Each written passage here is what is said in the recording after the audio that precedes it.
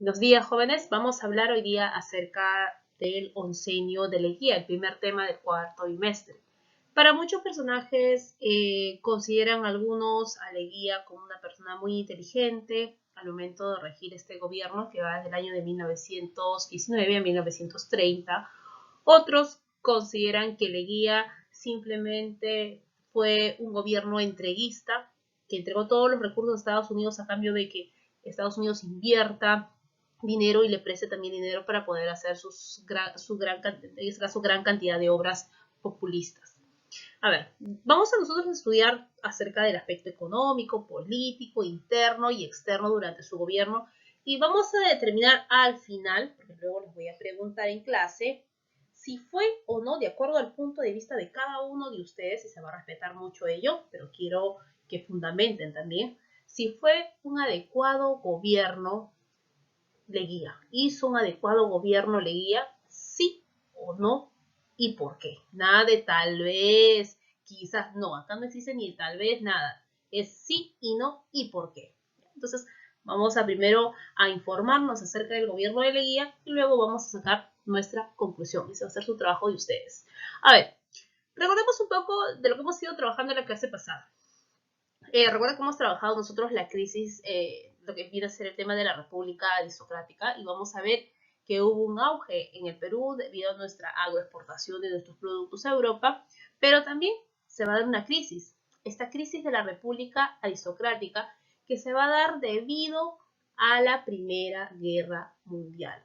Además a ello vamos a sumar la incapacidad también del Partido Civil de incorporar las demandas también de la clase media, quienes integraba pues la clase media en el Perú, empresarios, profesionales, estudiantes. Y además también a ello, una cerecita más, se va a dar la agudización de las luchas sociales en la clase explotada. ¿Quiénes eran los explotados? Recuerda, campesinos y obreros. Fueron en este caso, todo ello, fueron detonantes para que en el año de 1919, luego del golpe de Estado contra José Pardo, Leguía se proclame presidente provisorio e inaugure un nuevo régimen, un nuevo gobierno llamado la Patria Nueva. Este mismo año se instaló una asamblea constituyente que declaró a Leguía como presidente, en ese caso constitucional, por un periodo de 5 años. No obstante, su régimen fue, en este caso, legitimado por la fuerza a través de las medidas legislativas, ya que, como vamos a estudiar, Leguía no quería quedarse 5 años, él quería quedarse más años. Y para quedarse más años, ¿qué tenía que hacer? Modificar nuestra constitución. De esa manera, trató de perpetuar a través de la reelección su estadía en el gobierno, llegando a convertirse en esta manera en el político más representativo en las 3 primeras décadas del siglo XX en el Perú. Así que, jóvenes, vamos a iniciar y conocer cuáles son las obras del gobierno de Leguía. Vamos a hablar un poquito acerca del aspecto social durante el gobierno del oncenio. Vamos a hablar un poco acerca del indigenismo.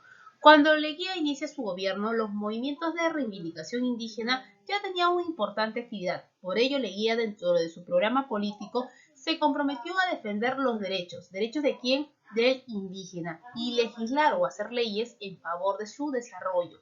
Bajo estas premisas, reconoció la existencia legal de las comunidades indígenas, va a crear el patronato de la raza indígena y sobre todo va a establecer el 24 de junio como Día del Indio, que ya en la actualidad el 24 de junio lo cambiaron a Día del Indio y le colocaron el nombre del Día del Campesino.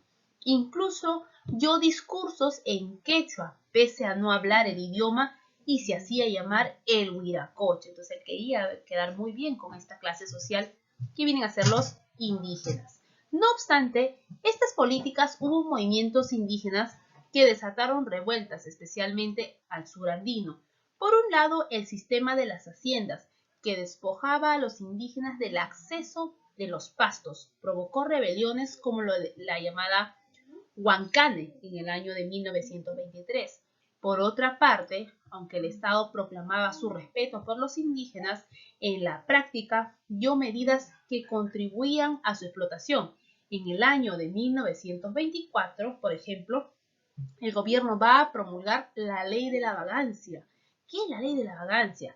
Permite a los hacendados, mineros y empresarios utilizar por la fuerza la mano de obra indígena que se encontraba desocupada.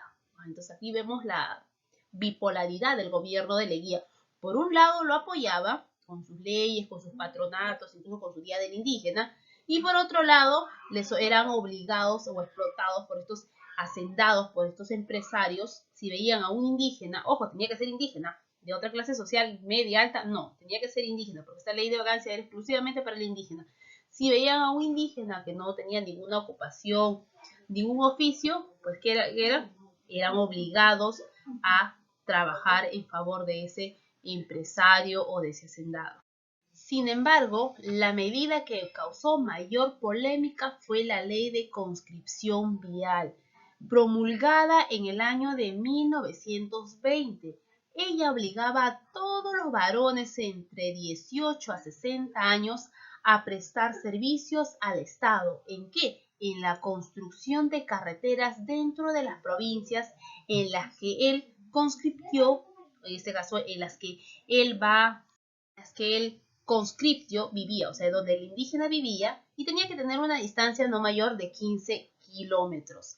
Entre 1 o 2 semanas anuales era el indígena obligado a trabajar. La única forma de eximirse de esta obligación era pagando al Estado el equivalente a los jornales de los días trabajados para poder evitarlos. En la práctica, solo los indígenas, quienes no podían pagar la exoneración, eran obligados a trabajar y frecuentemente más de lo que la ley pedía. Muchos hacendados incluso utilizaban a los indígenas para edificaciones particulares. Esto va a provocar la sublevación como la de la mar en el año de 1923. Entonces aquí nosotros podemos ver un poco acerca de esta explotación que se les hacía a estos indígenas, ¿no es cierto? Además de que el Estado tampoco les daba herramientas para poder trabajar en la construcción de esos caminos o de la perfección de las carreteras. Ellos iban a trabajar con sus propias herramientas. Luego tenemos el aumento de los sueldos que permitió que crezca una clase y sea un poco más poderosa, viene a ser la clase media. En esta clase media se va a dar el llamado descanso dominical, la legislación, se va a promulgar la legislación del empleado y la ley de alquileres y construcción de barrios obreros.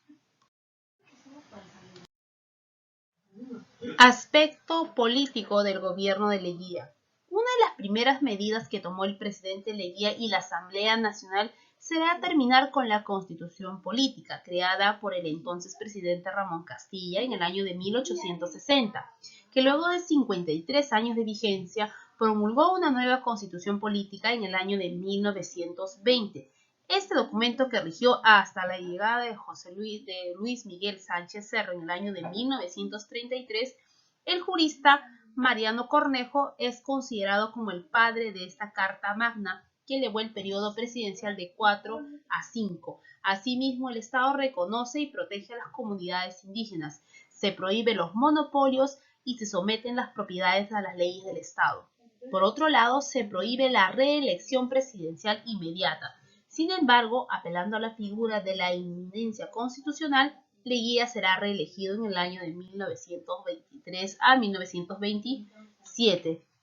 Recuerda que el oncenio fue una dictadura civil disfrazada de democracia, la cual se caracterizaba por una constante persecución y hostigamiento a los opositores del régimen, principalmente a los líderes del partido civil, a quienes se les aplicaba duras sanciones que iban desde la deportación hasta el encarcelamiento y en algunos se había llegado hasta la ejecución extrajudicial. Dentro de esta actitud de falta de respeto a la libertad democrática, la censura de los diarios de oposición al régimen desató el caso del diario El Comercio, de marcada afiliación civilista, al cual fue saqueado e incendiado por los simpatizantes del gobierno, sin que las fuerzas del orden hicieran nada por evitarlo. El régimen tenía dos claros objetivos. Primero, liquidar el viejo orden aristocrático del Estado y detener el avance del comunismo. Respecto a la primera, los grupos tradicionales habían desaparecido y aunque se mantenían las mismas relaciones económicas del régimen anterior, políticamente los partidos tradicionales se habían extinguido. Respecto al segundo, aplicó la misma medida que Billinghurst para neutralizar el comunismo, desarrollando la coalición entre la capital y el movimiento obrero. Por otra parte, el problema del campesino fue sin duda el más complejo que debió enfrentar Leguía. Lo particular de todo ello es que el problema del campesino se superpuso al problema del indio, e incluso se dijo que el campesino era un indio, de manera tal que los asuntos raciales con respecto al indígena, el Estado tomó una serie de medidas como establecer el Día del Indio, crea el patronato de la raza indígena, como lo mencioné, y sobre todo va a realizar el papel de los indios como ciudadanos y como campesinos productores que nunca fueron. En su gobierno se van a dar la aparición de dos ideologías políticas: la libertad de expresión, que consiguió mantener el peronismo hasta el año de 1919, incluyendo los gobiernos civilistas y su contacto creciente con Europa, van a dar la difusión de nuevas ideas. Dentro de este ambiente de libertad, que no es evidentemente apreciado en su trascendencia, surge, aquí tenemos, vamos a señalar, a José Carlos Mariátegui, ¿cierto? Tenemos a José Carlos Mariátegui. Luego tenemos a Víctor Raúl Haya de la Torre, ambos provincianos de clase media, aunque Haya de la Torre tuviera ínfulas aristocráticas que no ocultaba, José Carlos Mariátegui era autodidacta.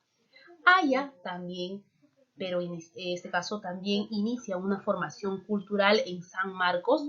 Ambos son expresión del marxismo europeo, por la cual finalmente el ideal mundial se convertía en la disciplina, colaboración o sumisión a los dictados del gobierno socialista. El contacto inicial de ambos no se mantiene y en las cartas de Haya de la Torre que se han transcrito por Alberto Flores Galindo y Pedro Planas, el futuro líder aprista no ocultaba su real o aparente desprecio a quienes consideró un minusválido. O sea, ¿a quién se refería? A José Carlos Mariátegui, porque José Carlos Mariátegui era una persona que andaba en silla de rueda. Bueno, en este caso se desplazaba en silla de rueda. El gobierno de Leguía tomó una serie de medidas de orden política. Estas funcionaron inicialmente en distintos grados, pero a lo largo no pudieron contener la fuerza reivindicativa, en este caso esa fuerza reivindicativa de cada uno de los sectores involucrados, la que finalmente desembocó en la formación de dos partidos políticos más relevantes en la época. O sea, durante el gobierno de Leguía va a aparecer dos partidos muy polémicos. El partido fundado por Víctor Haya de la Torre, que es el APRA, que se fundó en México en el año de 1924, y el Partido Socialista, que fue fundado aquí en el Perú en el año de 1928. Los dos grandes propósitos que debían ser resueltos fueron recordados por el presidente en sus discursos iniciales. Había llegado al poder para liquidar el viejo orden del Estado aristocrático e ineficiente y, según él, detener el avance del comunismo. El espíritu detrás de estas medidas fue el de definir la posición con los opositores políticos, sobre todo con la cabeza visible, y por otro lado, tratar de armonizar los sectores socialistas. Que nos quede claro, el APRA fue fundada ¿por quién? Por Víctor Haya de la Torre. ¿Y qué significa APRA? Ahí, anoten por favor. Alianza Popular Revolucionaria Americana. Y José Carlos Mariátegui, La Chira, se caracteriza además por redactar los 7 ensayos de la interpretación de la realidad peruana. Es un libro muy importante que nos habla acerca de qué.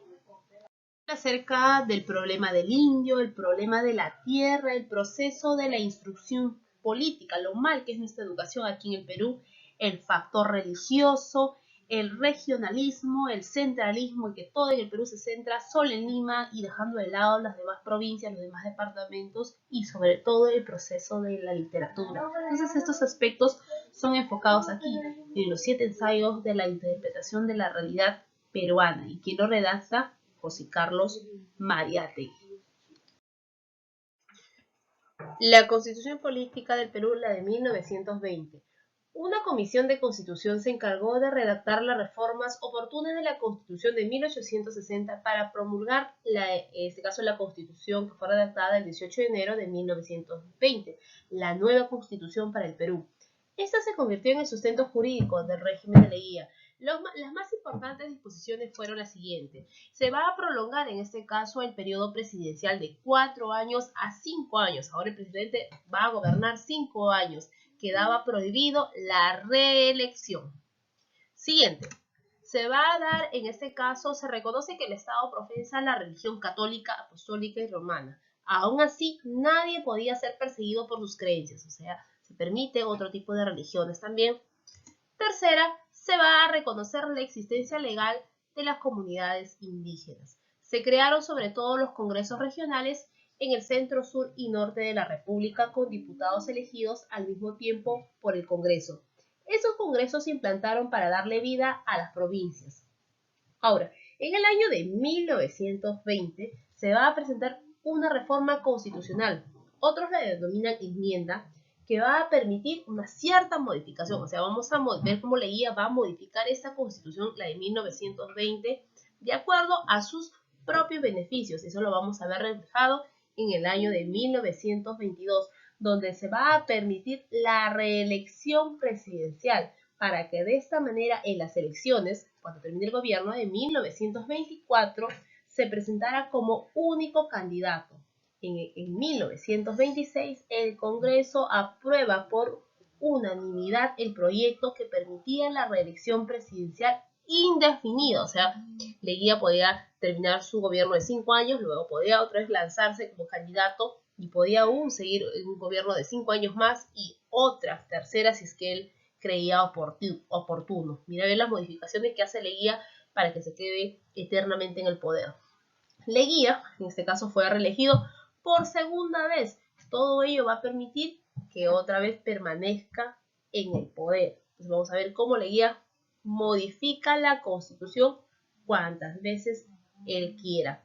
¿Y quién va a ser la encargada de realizar esas modificaciones? Pues la Asamblea General y la Reforma Constitucional, que en ese tiempo va a estar dirigido por Mario Cornejo. Se van a encargar de todas las modificaciones. Si Leguía decía a Cornejo, modifícame acá la Constitución, coloca esto, cambia eso, pues Cornejo realizaba todos los cambios que Leguía quería o disponía. El aspecto económico. El documento, en los aspectos más económicos, vamos a hablar un poco acerca del llamado Laudo de París y la Peruvian Corporation. El documento más lesivo para la soberanía nacional fue el Laudo de París, firmado en el año de 1922, que se firmó con la International Petroleum Company, que viene a ser con la IPC, o en inglés International Petroleum Company. El Perú cedió el suelo en este caso y el subsuelo de La Brea y Pariñas a la empresa norteamericana, comprometiéndose a no cobrarle impuesto durante los 25 años y entregarle la tarea de explorar y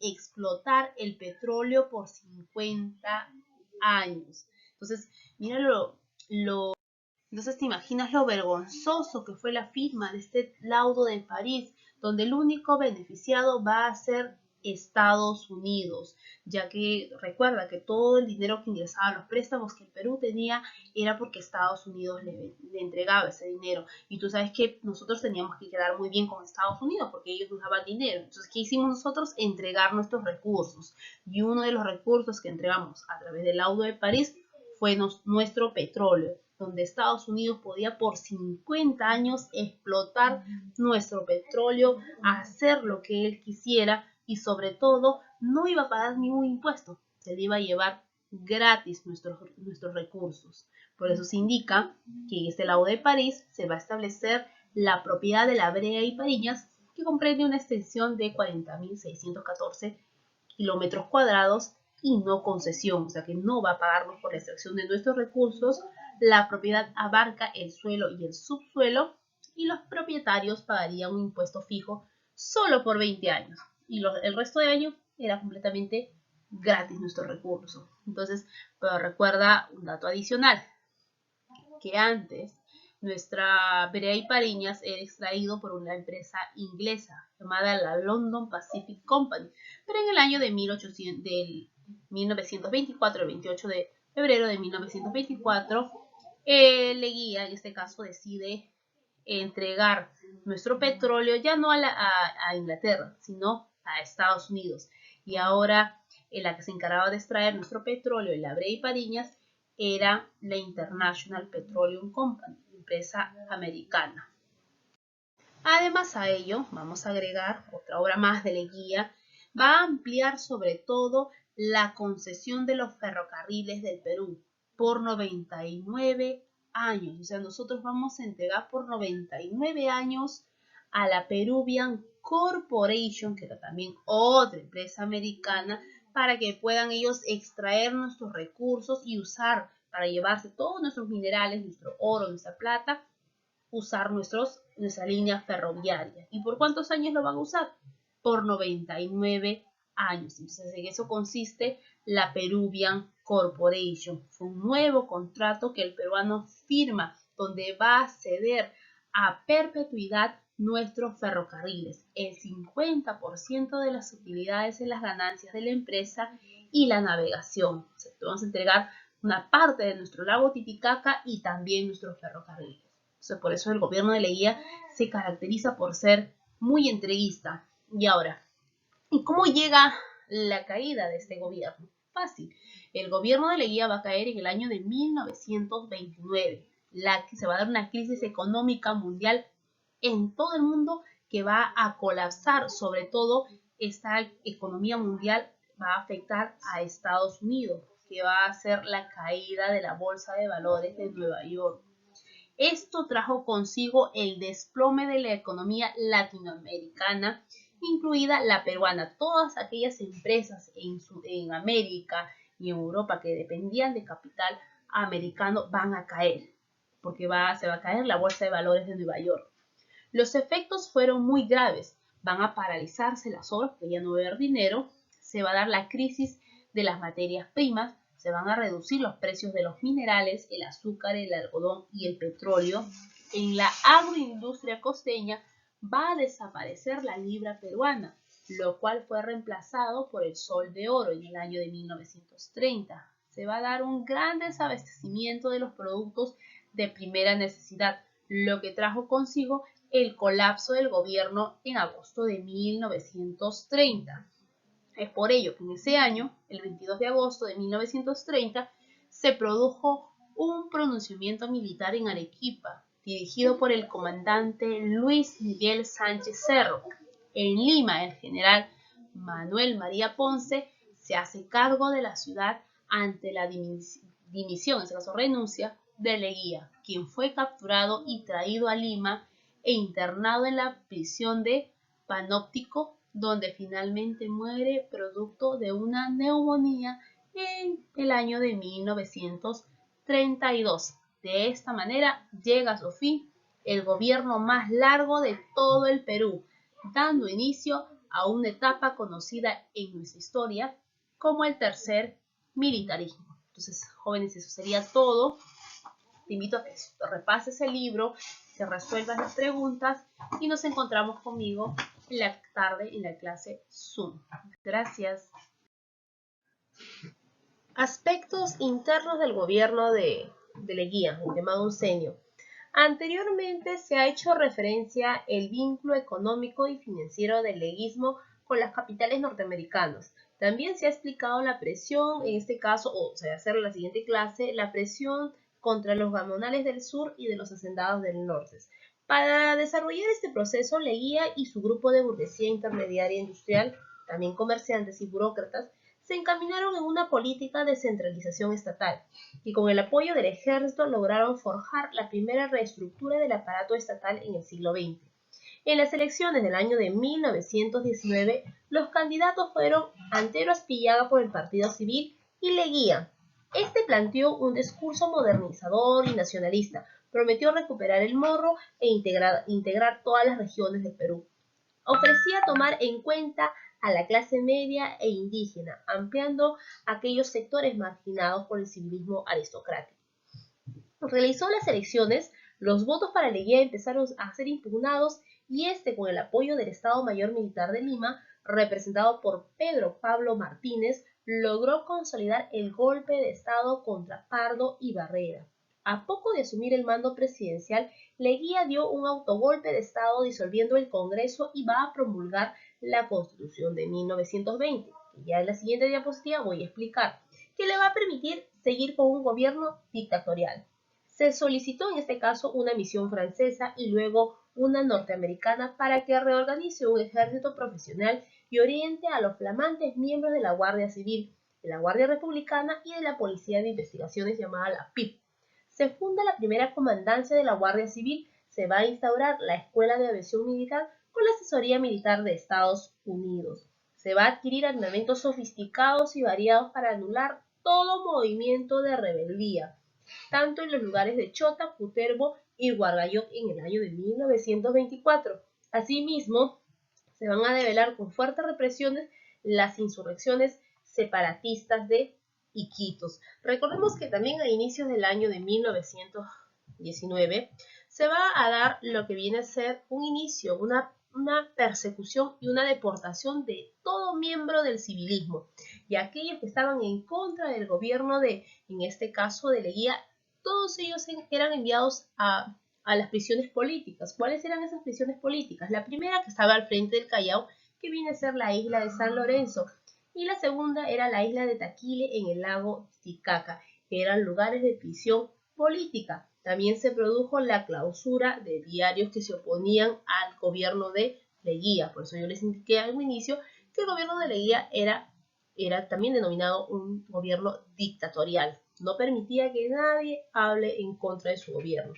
Otro aspecto importante que podemos mencionar durante su gobierno, aspecto interno, viene a ser la conmemoración del centenario de la independencia nacional en el año de 1921, donde en este caso se va a dar la asistencia de embajadas y misioneros, en este caso de aproximadamente 29 países. Se crea la medalla del primer centenario de la independencia nacional.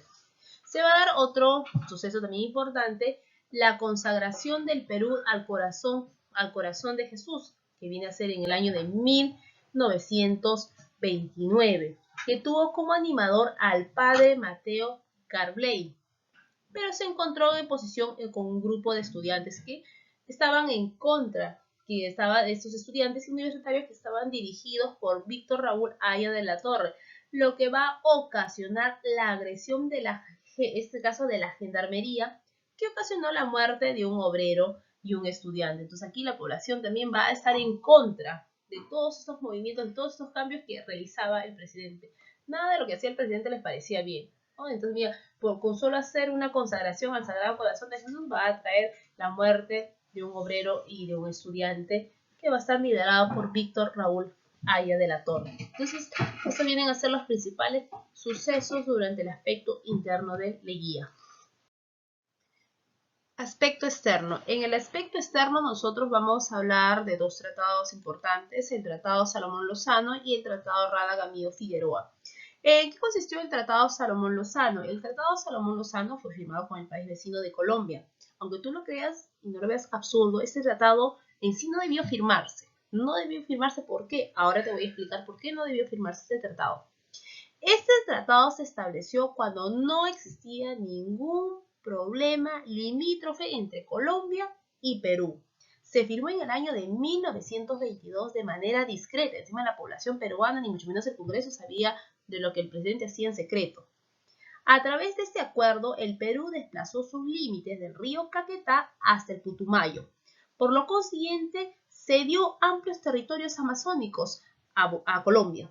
Tomando en cuenta el contexto, el Perú había recibido su primer préstamo de Estados Unidos. Ahora, ¿qué tiene que ver Estados Unidos, Miss, en esta firma de este tratado? Muchos jóvenes. Nosotros recordemos, en este caso, o si no lo sabías, ahora lo vas a saber, que en el año que el país, ¿no?, lo que viene a ser Panamá, en América Central, formaba parte de Colombia. O sea, todo eso era Colombia. Lo que es Panamá, todo formaba parte de un solo país, Colombia.